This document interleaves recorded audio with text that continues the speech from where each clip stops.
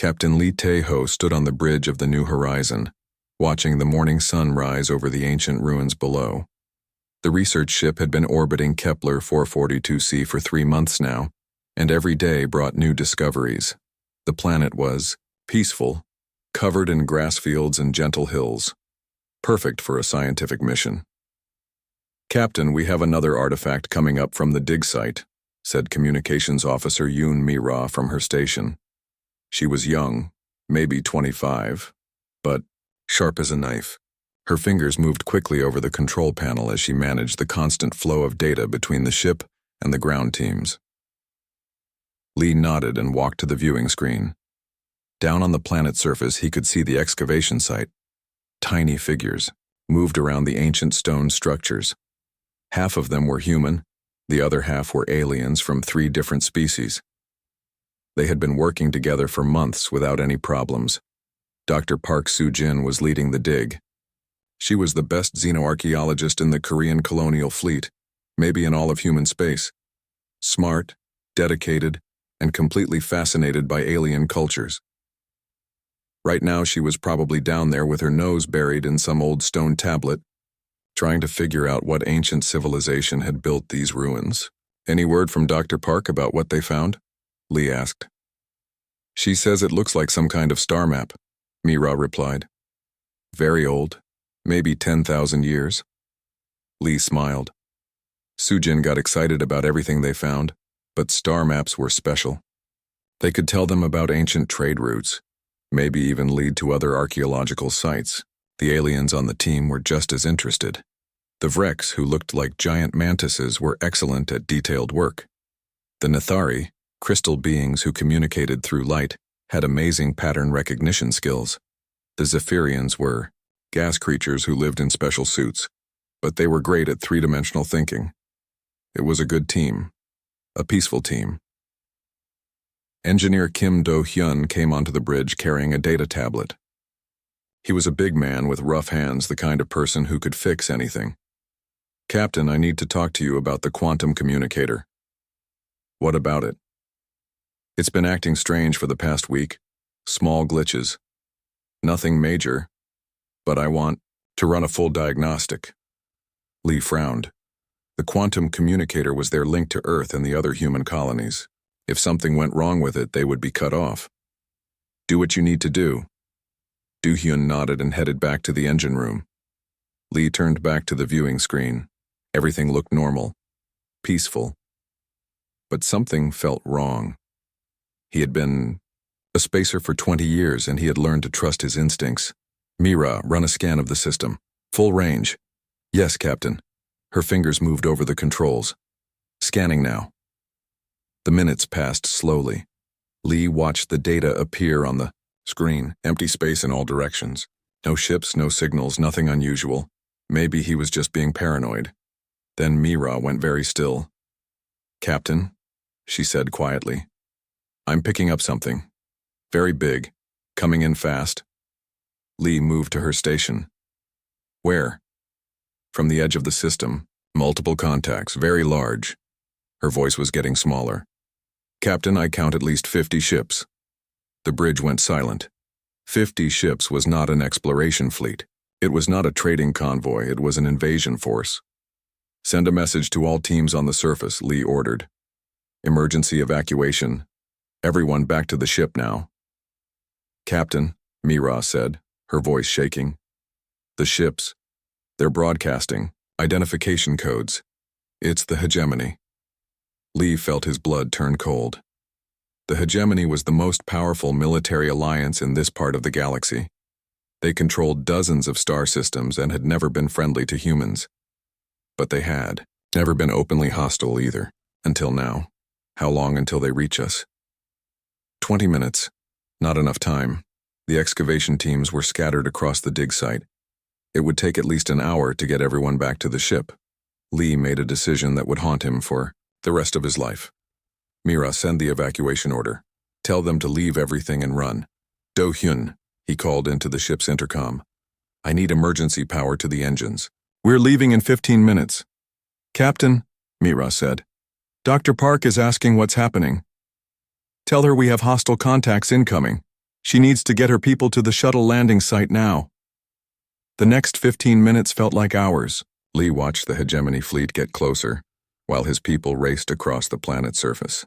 Some of the alien team members were already at the landing site. The humans were still coming. "Captain," Do-hyun's voice came over the intercom. "The quantum communicator is working perfectly now. Whatever was wrong before, it's fixed." Strange timing, Lee thought, but there was no time to worry about it. 10 ships are breaking off from the main fleet, Mira reported. "They're heading straight for us." Dr. Park, still 5 minutes out, Lee made another hard decision. Take us down, low orbit, buy them more time. The New Horizon dropped toward the planet. The hegemony ships followed. Lee could see them now on the visual display. Long, dark ships with sharp edges. They looked like weapons. "Captain, incoming transmission from the hegemony fleet." "Put it through."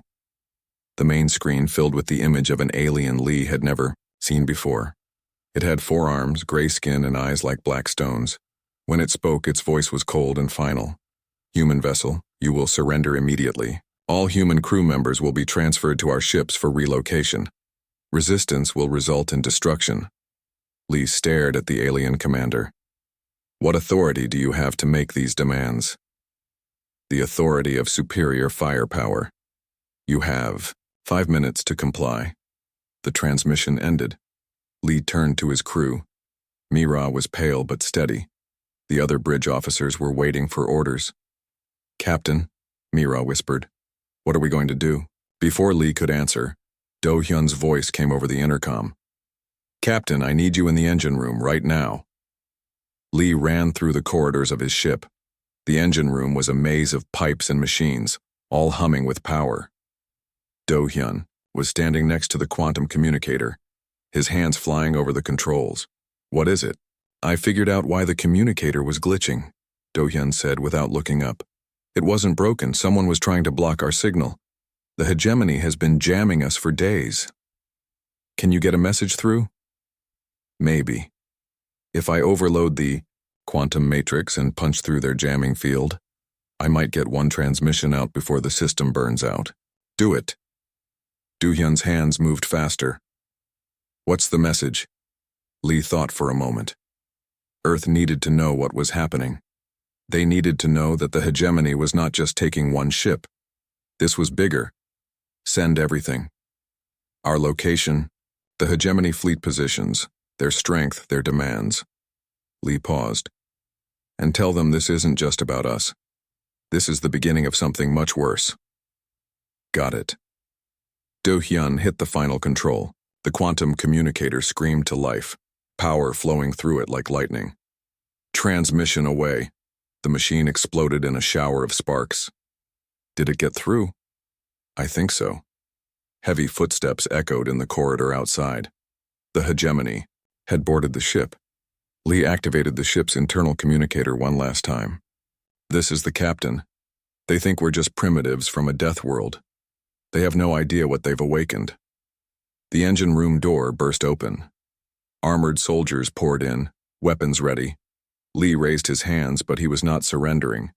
He was buying time for his message to reach Earth. Time for Earth to remember why humans had survived on the deadliest planet in known space. Time for Earth to get angry. Admiral Cho Byung-ho was drinking his morning coffee when the message arrived. It was early morning at Earth Defense Command, and the coffee was terrible as always. But terrible coffee was better than no coffee, especially when you were responsible for protecting humanity's homeworld. The communication officer who brought him the message was pale and shaking. Lieutenant Park Young-soo had been working the night shift, monitoring deep space transmissions. He looked like he had seen a ghost. "Admiral, you need to see this immediately." Cho set down his coffee and took the data pad. As he read, his face grew harder with each word. Captain Lee's message was short but complete. The hegemony had attacked a peaceful research mission. They had demanded the surrender of all human crew members for something they called relocation. Most importantly, long-range sensors confirmed that hegemony fleets were moving toward human colonies in 3 different sectors. "When did this come in?" 6 hours ago, sir. The quantum signature shows it punched through heavy jamming. Someone overloaded their communicator to get it through." Cho stood up and walked to the main display screen. It showed a map of human space. Red dots were appearing at the edges, marking confirmed hegemony fleet movements. There were dozens of them. Get me the president, get me the Colonial Defense Council, get me everyone. Within an hour, Earth's most important leaders were gathered in the secure conference room deep beneath Geneva. President Kim Hae-won looked tired. She had been hoping for a quiet term in office, focusing on trade and scientific development. Instead, she was facing humanity's first major interstellar war. "How bad is it?" she asked. Admiral Cho activated the holographic display. The map of human space appeared in the air above the conference table. Red enemy markers surrounded blue, human positions like a closing fist. Very bad. The hegemony has been planning this for months, maybe years. They have fleets positioned to attack every major human colony simultaneously. What do they want? According to their transmissions, they want to relocate all humans to what they call appropriate containment zones. They consider us a threat to galactic stability. Dr. Han Ji-woo, Earth's chief military strategist, leaned forward. She was small and quiet, but her mind was like a computer. "They made a mistake," she said softly. "What kind of mistake?" "They think we're primitives. They've been studying our exploration ships, our trade vessels, our scientific missions. They think that's all we have." Admiral Cho smiled, and it was not a pleasant smile. "Show them Project Iron Wrath." The holographic display changed. The peaceful map of human space was replaced by something very different. Hidden bases appeared like stars being born. Asteroid mining stations revealed their true purpose as shipyards. Gas giant research platforms showed their real function as weapons manufacturing centers. "For the past 10 years we've been preparing," Dr. Han said. "Not for conquest, but for defense. Every human colony has hidden military installations. Every trade route has concealed supply depots. Every peaceful research station has a secondary military function." President Kim stared at the display. "How many ships?" 3,000 combat vessels of various classes, plus support ships, supply vessels, and troop transports. 3,000? How did we build 3,000 ships without anyone knowing? "Admiral," Cho answered, "we learned from Earth's history. The best defense is the one your enemy doesn't know exists. The hegemony has been watching us for years, but they've only seen what we wanted them to see." The president was quiet for a long moment. Then she spoke, and her voice was steady. "What are our options?" "We fight," Dr. Han said simply. "The hegemony is powerful, but they don't understand what they're facing. They see humans as isolated primitives from a death world. They don't realize that being from a death world is what makes us dangerous." "Explain." Dr. Han stood up and walked to the display. "Earth is the most hostile planet in known space. Everything here tries to kill everything else. Predators, diseases, weather, earthquakes, volcanoes, floods, droughts. For millions of years, only the strongest, smartest, and most adaptable creatures survived." She turned to face the room. "We didn't just survive on Earth, we conquered it. We turned the most deadly planet in the galaxy into our home. And now the hegemony wants to put us in cages." Admiral Cho activated another part of the display. "We have advantages they don't expect. Our metallurgy is centuries ahead of theirs, because we had to build things that could survive Earth's conditions. Our tactics are unpredictable because we learned to fight everything from viruses to hurricanes. And most importantly, we have something they've never encountered. Which is? Humans who are genuinely angry." The room was quiet. Everyone understood what that meant. Humans had spread across the galaxy as explorers, traders, and scientists. They had been peaceful, but the hegemony had just threatened their families, their homes, their entire species. They had awakened something that had been sleeping. "I need 3 fleet commanders," Admiral Cho said. "You have them," the president replied immediately. The next 6 hours changed everything. Messages flashed across human space faster than light. Hidden bases came alive. Secret shipyards released their products into the void.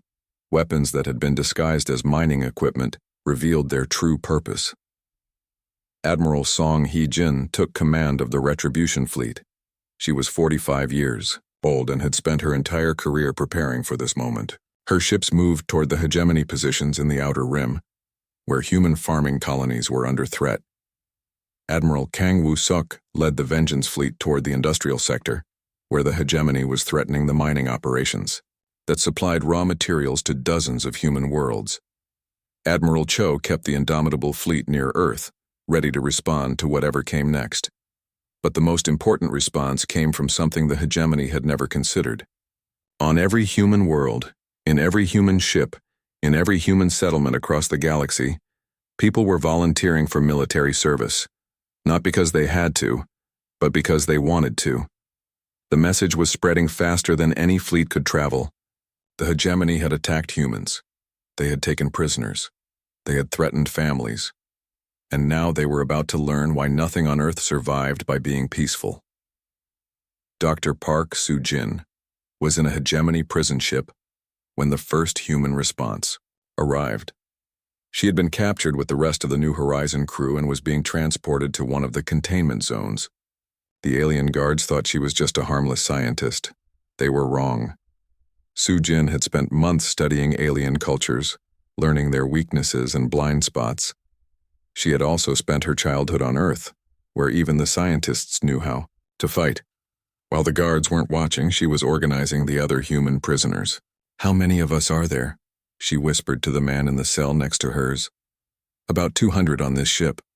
But I heard the guards talking. There are dozens of prison ships. Then we need to send a message."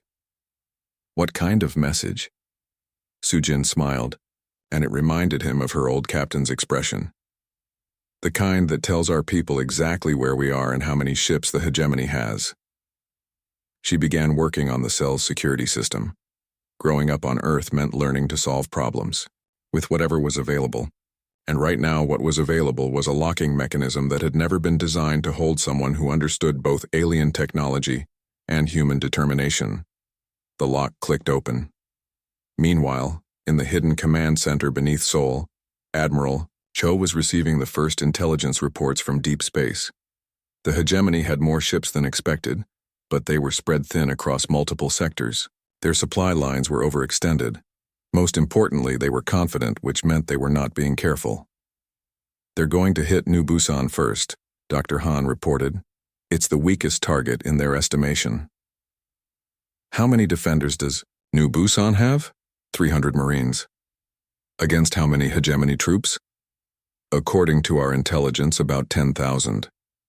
Admiral Cho was quiet for a moment. Then he spoke into his communicator.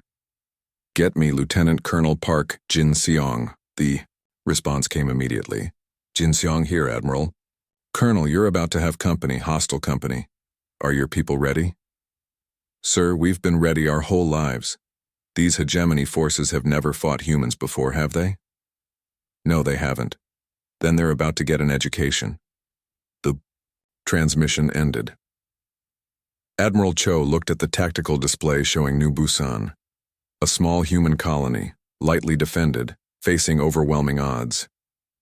He almost felt sorry for the hegemony forces. Almost. Lieutenant Colonel Park Jin-seong stood on the observation deck of New Busan's main settlement, watching the hegemony ships descend through the atmosphere. There were dozens of them, black against the morning sky like deadly insects. Each ship carried hundreds of soldiers. He was not afraid. Jin-seong had grown up on Earth in the mountains of Korea where winter could kill you if you made one mistake. He had joined the Colonial Marines because he wanted to see new worlds. Now he was about to defend one against an enemy that thought humans were primitive. "Colonel, they're broadcasting surrender demands," reported Sergeant Lee Min-ho from the communication station. "What are they offering?" "They want us to lay down our weapons and submit to relocation. They promise we won't be harmed if we cooperate." Jin-seong almost laughed. "Tell them we decline their generous offer." "Sir, the scouts report enemy numbers at approximately 10,000 ground troops. We have 300 Marines." "I heard you the first time, Sergeant." The first hegemony landing ships touched down 2 kilometers outside the settlement. Jin-seong watched through his binoculars as ramps dropped and soldiers poured out. They were different species mixed together, all wearing the same armor, all carrying the same weapons. They moved in perfect formation, like they had done this 1,000 times before. They probably had. The hegemony had been conquering worlds for centuries. They had a system that worked. Overwhelming force, quick surrender, easy occupation. They had never conquered a world defended by humans. Corporal Kim Soo-jin, are the traps ready? Yes, sir. The entire approach route is rigged. Motion sensors, buried charges, everything we could manage. Good. What about the civilians? Safe in the underground shelters. They have supplies for 2 weeks. Jin Xiong nodded. New Busan was a farming colony, but it had been built by humans. That meant it had been built to survive anything. The underground shelters could protect the civilian population from orbital bombardment if necessary. The Marines could fight without worrying about protecting non-combatants. The hegemony forces began their advance. They moved slowly, carefully, professionally. Jin Xiong watched them through his scope and shook his head. They were being too careful. They had studied human exploration ships and scientific missions, but they had never studied human military forces. They were about to learn the difference.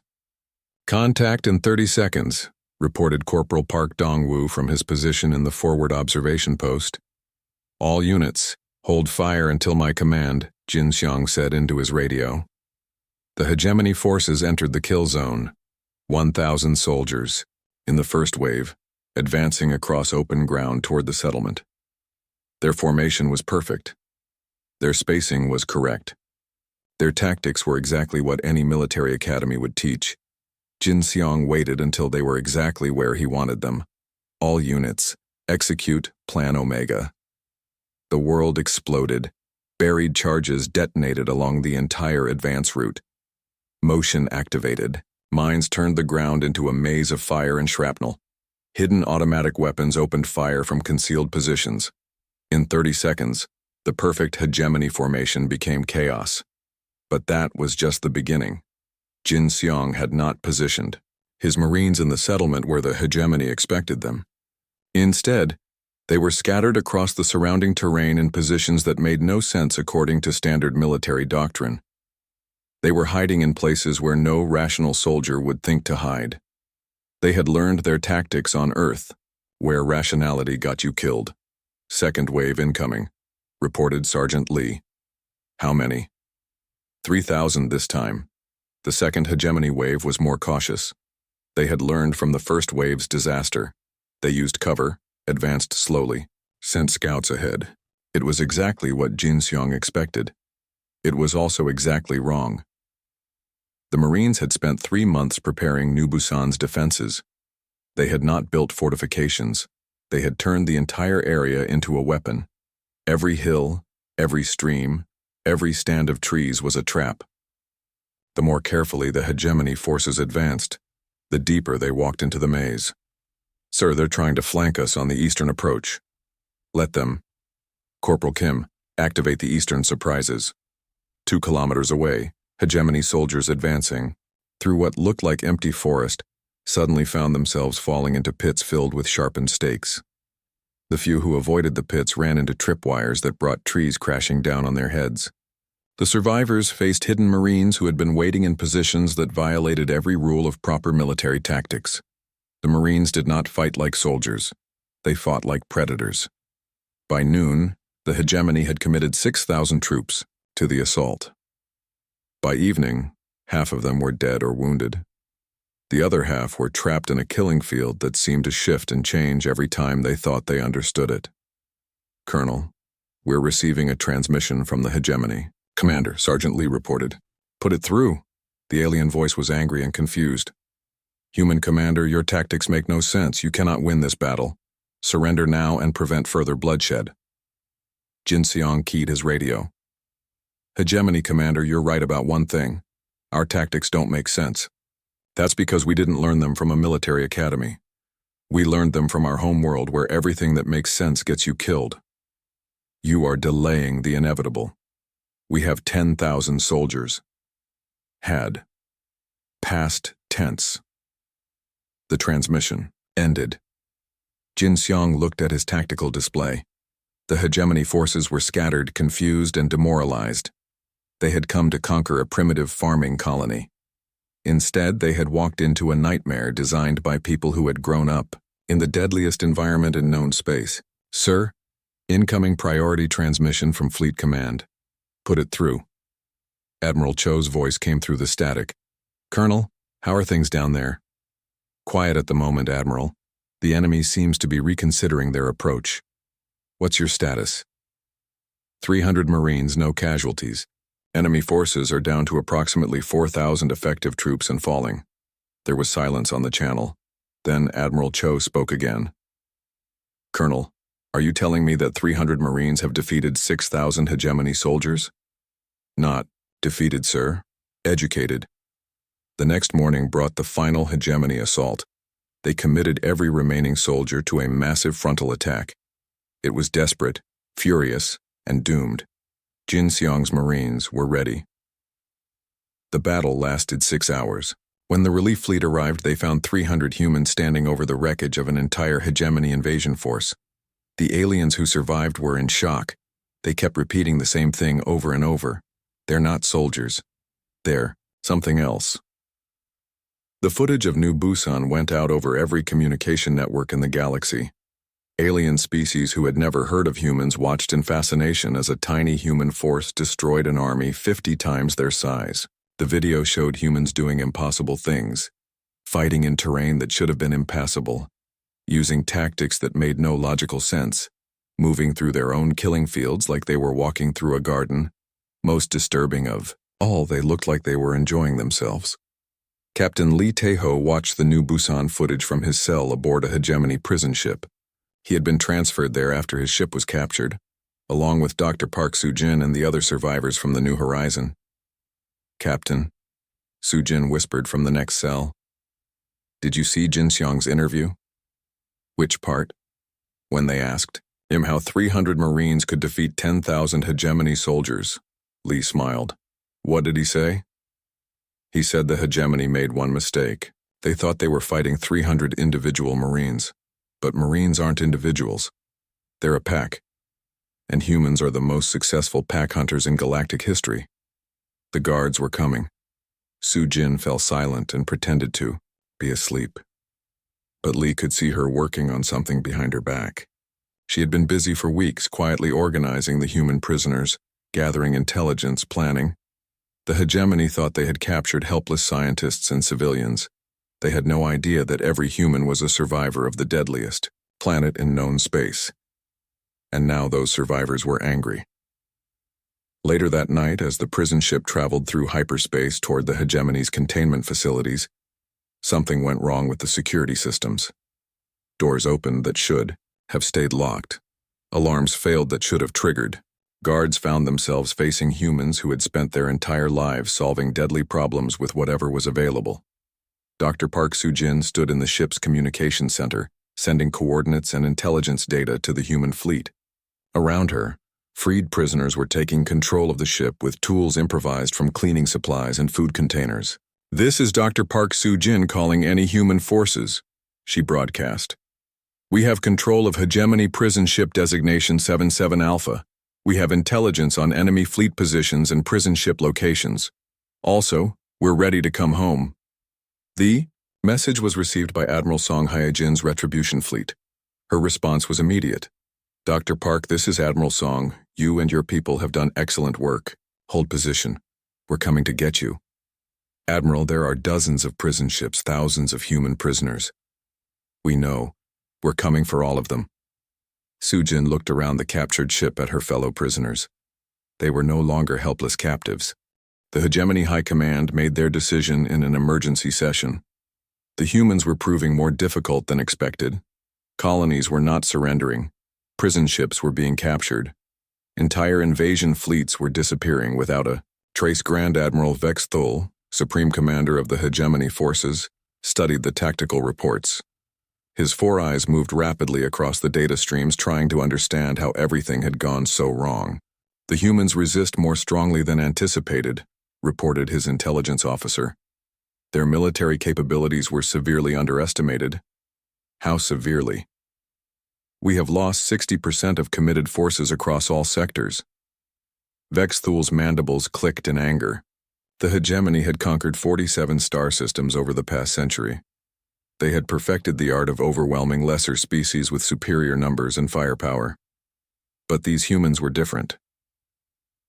Bring me the psychological profiles of this species. The data files appeared on his screen.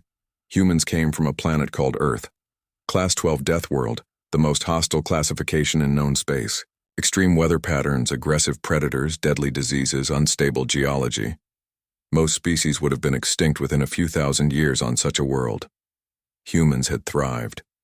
"Sir," said his tactical officer, "intelligence suggests that human resistance will collapse if we strike their homeworld directly. They appear to have strong emotional attachments to their place of origin." Vexthul considered this. Every previous conquest had followed the same pattern. Defeat the military forces, occupy the major colonies, and the species would surrender to protect their civilians. Perhaps humans would be the same. Prepare the Grand Fleet. We will end this war by destroying their primary world. "Sir, that will require every available ship." "Then gather every available ship." 3 days later, the largest military force in hegemony history approached the Sol system. 500 capital ships supported by 2,000 escort vessels and troop transports. It was enough firepower to sterilize a dozen worlds. Earth's orbital sensors detected them while they were still 3 light hours away. Commander Lee So-young was on duty at Luna Defense Station when the alerts began sounding. She had been expecting this. Every human military officer had known the hegemony would eventually come for Earth. It was exactly what humans would do if their positions were reversed. "Ma'am, incoming fleet is massive," reported her sensor operator. "Initial count shows 500 heavy combatants. Any response from Earth Defense Command?" "Admiral Cho is implementing Protocol 7. Lee So-young smiled. Protocol 7 was not a battle plan. It was an execution method. For 50 years, Earth had been preparing for this moment. Not openly, because that would have alarmed the other galactic species, but quietly, thoroughly, completely. Every satellite in Earth's orbit had a secondary military function. Every communication relay was also a weapons platform. Every research station was a fortress. The hegemony had come to destroy Earth. They had no idea that Earth was ready to destroy them. "All stations, this is Luna Command. Execute Protocol 7. Across Earth's orbital space, systems that had been sleeping for decades came online. Satellites that looked like communication arrays revealed themselves as particle beam weapons. Research stations opened hidden missile bays. Mining platforms showed their true purpose as kinetic bombardment systems. But the most dangerous surprise was not in orbit. It was on Earth's surface. Colonel Kim Tae-min commanded the 1st Earth Defense Regiment, stationed in the mountains of Colorado. His soldiers were volunteers, every one of them. They had grown up on Earth, where survival meant learning to fight everything from blizzards to grizzly bears. Now they were going to fight something much worse. "Colonel, hegemony ground forces are beginning their descent," reported his communications officer. "Estimated strength 50,000 troops. Landing zones? Scattered across 6 continents. They're trying to hit everything at once." Kim nodded. The hegemony was using standard conquest tactics. Land everywhere, establish control quickly, prevent organized resistance. It would have worked against any other species. "All units, remember your training. The enemy thinks they're conquering a civilized world. Show them what a death world really looks like." The first hegemony landing ships touched down in the Amazon rainforest. The troops that emerged were immediately attacked by swarms of insects that seemed unusually aggressive. Within hours, half the landing force was incapacitated by infections their medical technology could not treat. They had no way of knowing that Dr. Yoon Kyung-ho's Biological Warfare Division had spent years teaching Earth's native insects to be even more hostile than usual. In Siberia, hegemony forces found themselves fighting not just human soldiers but the environment itself. Temperatures that should have been merely cold became lethal. Weather patterns shifted to trap enemy units in killing storms. Even the ground seemed to fight against them, opening unexpected chasms and sinkholes. The humans were not just defending their world. They were using their world as a weapon. Sir, we're receiving casualty reports from all landing zones, reported Vex Thul's tactical officer. Ground forces are encountering unprecedented resistance. Define unprecedented. 80% casualties in the first 12 hours. The humans appear to have weaponized their entire planet. Vex Thul stared at the tactical display. Red markers showed his forces being systematically destroyed across Earth's surface. This was impossible.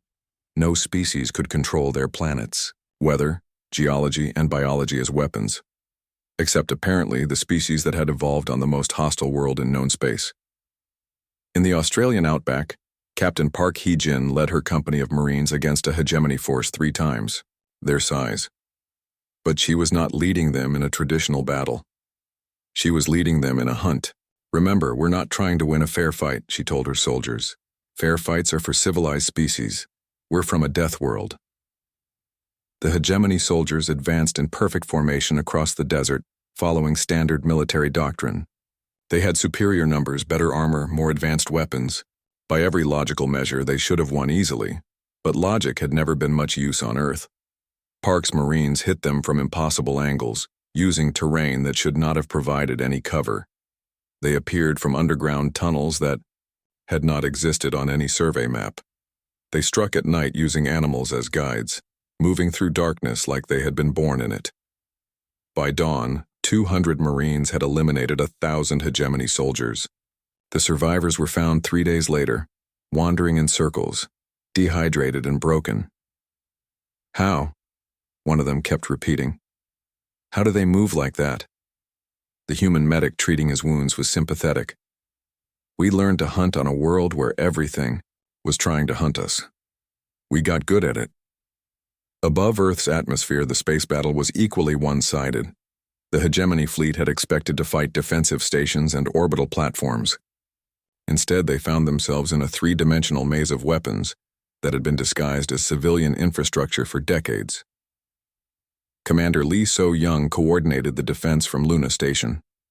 Her screens showed the hegemony fleet being torn apart by weapons they had never detected, fired from positions they had not known existed.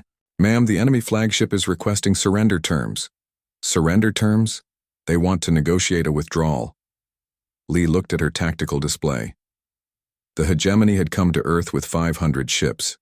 They had fewer than 100 left, and those were trying desperately to escape Earth's gravity well. Put me through to their commander. Vex Thul's image appeared on her screen. The alien looked exhausted and confused. Human commander, we propose immediate cessation of hostilities. We will withdraw our forces and negotiate a peace settlement. Grand Admiral, Lee said calmly, you came here to destroy our world. The situation has changed. We underestimated your capabilities. No, you misunderstood our nature. You thought we were primitives from a death world. You were half right. I do not understand. Lee smiled, and it was the expression of a predator that had just cornered its prey. We're not primitives, Admiral, but we are from a death world, and now you've brought your forces to our home, where we have every possible advantage. She cut the transmission and opened a channel to Earth Defense Command. Admiral Cho, this is Luna Station. Enemy fleet is broken and attempting to withdraw. Let them go, Commander, but track every ship. I want to know where they came from and where they're going. Yes, sir. Admiral, what about the ground forces? What ground forces? Lee checked her tactical display. The hegemony landing forces had been completely eliminated.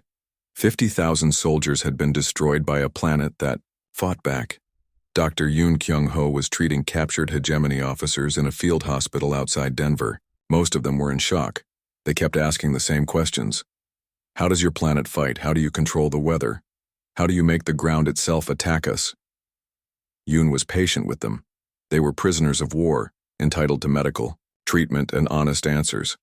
We don't control our planet, he explained to a wounded hegemony captain. We just learned to work with it. Earth tried to kill us for millions of years, so we learned to be partners instead of enemies. That is impossible. You're from a civilized world, Yoon said. You've never had to make friends with a hurricane or negotiate. 6 months after the failed invasion of Earth, Admiral Cho Byung-ho stood on the bridge of the battleship Indomitable, watching the surrender ceremony below. The planet Hegemony Prime, once the center of the most powerful military alliance in the galaxy, was officially surrendering to the human-led coalition. But Cho was not feeling victorious. He was feeling tired. The war had lasted only 4 months after Earth's defense. The Hegemony's power structure had collapsed like a house of cards once their member species realized that humans were not the primitives they had been told about. One by one, alien governments had switched sides, bringing their fleets and armies with them. Some had surrendered. Others had joined the fight against their former overlords. A few had simply disappeared into deep space, hoping the humans would forget about them. They would not. "Admiral, the ceremony is beginning," reported his communications officer. Cho nodded and activated the ship's main display. Below on the planet's surface, representatives of 47 different species were gathered in what had once been the Hegemony's Grand Council chamber. Now it was something very different. Captain Lee Tae-ho was there as the human representative. He had insisted on attending, even though his rank was too low for such an important ceremony. But Lee had been the first human captured by the Hegemony. He had sent the message that started the war. Cho thought it was appropriate that he should help end it. "People of the galaxy," Lee began, his voice carried to every world in human space and beyond. 6 months ago, the Hegemony attacked peaceful, human researchers. They enslaved our people. They threatened our families. They declared war on humanity because they thought we were weak. Lee paused and looked around the chamber. Former Hegemony leaders sat in chains. Their victims, representatives of dozens of species, sat as equals. They were wrong. But this war was never about proving human strength. It was about something much more important. Dr. Park Soo-jin stood up from the audience. She had been promoted to Director of Interspecies Relations after her work organizing human prisoners and gathering intelligence. Now she was responsible for helping build whatever came next. For centuries, the Hegemony ruled through fear, she said. They told smaller species that they needed protection from dangerous neighbors. They convinced peaceful worlds that military conquest was the natural order of the galaxy. She gestured to the mixed crowd of humans and aliens in the chamber. Today, we prove that they were wrong. The natural order of the galaxy is cooperation, not conquest. Exploration, not exploitation. Freedom, not fear. The ceremony continued for hours, but the most important moment came when the new Galactic Defense Compact was signed. It was not a treaty of conquest or occupation. It was a promise that no species would ever again face extinction at the hands of those who claimed to be their betters. Earth would provide military protection. Other worlds would contribute their own strengths. Together, they would make sure that what happened to humanity could never happen to anyone else. Later that evening, Cho found himself in the Indomitable's observation deck, looking out at the stars. He was not alone. Captain Lee was there, along with Dr. Park and several other officers who had survived the war. "Do you think it will work?" asked Lee. "The compact? I don't know, but I know we have to try." Engineer Kim Do-hyun, who had been promoted to Chief of Galactic Communications, looked up from his data pad. "The response has been positive so far. 37 species have requested protection under the compact. 12 more want to join as full members." "What about the former Hegemony species?" "Mixed. Some are genuinely repentant, others are just scared. A few are already planning to try again once they think we're not watching." Cho nodded. It was about what he had expected. Humans had won the war, but winning the peace would be much harder.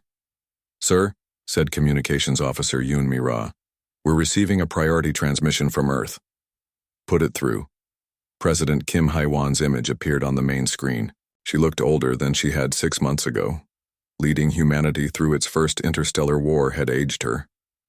"Admiral, how are the occupation forces settling in?" "We're not occupying anyone, Madam President. We're liberating them." Kim smiled. It was the first time Cho had seen her smile in months. "I know. That's what makes this so difficult. It would be easier if we were just conquerors. Conquerors don't have to worry about what comes after the victory," agreed Cho. "Speaking of which, I have new orders for you. The Colonial Defense Council has approved the establishment of regional protection zones. Each zone will be overseen by a human admiral working with local species representatives. Cho studied the data that appeared on his screen. The galaxy was being divided into manageable sectors, each with its own defense fleet and civilian administration. It was not an empire. It was something that had never been tried before. Admiral Song will take the outer rim sectors, Kim continued. Admiral Kang will handle the industrial zones. You'll oversee the core worlds, including former hegemony space. Madam President, this is going to require a lot of resources. Ships, personnel, supplies. We have volunteers, Admiral. More than we can use. It seems like every human in the galaxy wants to help build this new order. It was true. The war had changed humanity. Before the hegemony attack, humans had been content to explore and trade and conduct peaceful research. Now they understood that the galaxy was not as safe as they had believed. But instead of becoming isolationist or militaristic, they had chosen to become protectors. 3 months later, Lieutenant Colonel Park Jin-seong found himself in an unexpected role. The hero of New Busan was now the military governor of the Tau Ceti sector, responsible for protecting 6 different species across 12 star systems. He was not protecting them from external threats. He was protecting them from each other. Colonel, the Zilani representatives are here for the trade dispute meeting, reported his aide, Lieutenant Kim Yu-jin. Jin-seong sighed. The Zilani were herbivores who considered it morally wrong to harm any living creature. The Corvani were predators who considered it disrespectful to eat anything that had not been hunted. Getting them to agree on trade regulations was like trying to teach a shark to become vegetarian. Send them in, and have medical standing by in case someone gets offended to death. The meeting lasted 4 hours. By the end, Jin-seong had negotiated a compromise that satisfied no one but that everyone could live with. The Zilani would provide plant-based products. The Corvani would handle livestock and hunting. Both species would respect each other's customs and nobody would try to convert anybody. It was not perfect, but it worked. That evening, Jin-seong received a message from Admiral Cho. It was brief and to the point. Colonel, your sector has had 0 military incidents for 3 straight months. Congratulations, you're running the most boring military command in human space. Thank you, sir. I consider that high praise. And he did. Jin-seong had learned to fight on the most dangerous world in known space. But he had also learned something more important. He had learned that the best victory was the one that nobody had to die to achieve. 1 year after the war ended, Dr. Park Soo-jin stood before the first session of the Galactic Assembly.